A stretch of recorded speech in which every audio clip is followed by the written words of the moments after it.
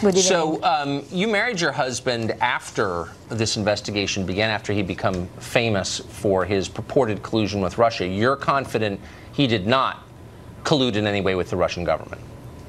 I know he did not, and actually one of the reasons why I'm here tonight, and thank you for hosting me, is to set the record straight about George, in particular in response to James Comey statements on national TV recently, in which he says that George tried actively to obtain emails on Hillary Clinton.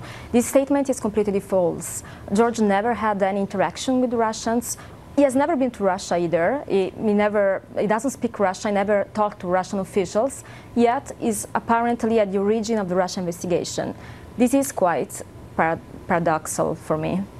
So my understanding is that all of this begins in March of 2016 when he's approached in London by a Maltese professor who has since disappeared with the offer of information from the Russians. What has happened to that professor, do you know? Well, I know personally this professor because I used to work with them. The fact that he completely disappeared is very suspicious, but what I know about this meeting between George and the professor is that he was talking casually about an information that was already in the public domain at the time they met, and it was about emails on Hillary Clinton. We have to understand he was talking about email on Hillary Clinton and not about the DNC emails. Right. So it's a completely different topic.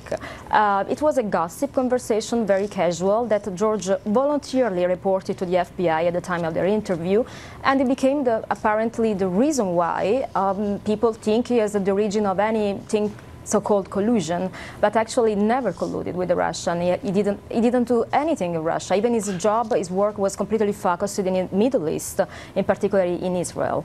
No, of course. He worked at the Hudson Institute here and was a big proponent of Israel. So this professor, who do you think he was working for? What was that about? And where do you think he's gone? What was his agenda?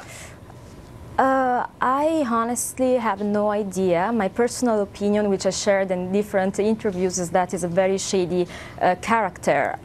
He could be in Italy. Recently, I heard he doesn't want to appear publicly because of the situation he's involved into indirectly through George. But my understanding is that he was gossiping about emails. And again, I remember this information was already highly speculated by all media all over the world at the time, so there was nothing secret about that. Yet, as I said, it's very fascinating and actually frustrating to see my husband at the center of this investigation for talking in a bar. Even the meeting with Downer, which apparently in London, which apparently originated the Russia investigation, is contested by the same Downer. He never confirmed that George explicitly talked about emails. So it doesn't make a lot of sense. Where is your husband now? He's under a gag order, is my understanding, awaiting sentencing. Is that right? Yes, he's awaiting sentencing. That's why I think it's very important to set the record straight right now, because there are a lot of misunderstanding about his situation, about his role. I used to say that his role is very important. I used to compare him to John Dean. I never meant to make this comparison in the sense that would lead to the president impeachment. Actually, I think it's a key role because he has been approached by many different characters that, let's say, spies. He has been the victim of many setups, not only Hopper, other setups, and I'm sure he will be happy to share this information when the time is right. Do you think that your husband's going to prison? I honestly, I know how much dedicated and committed he was in the Trump campaign. I know he did an excellent job. I know he's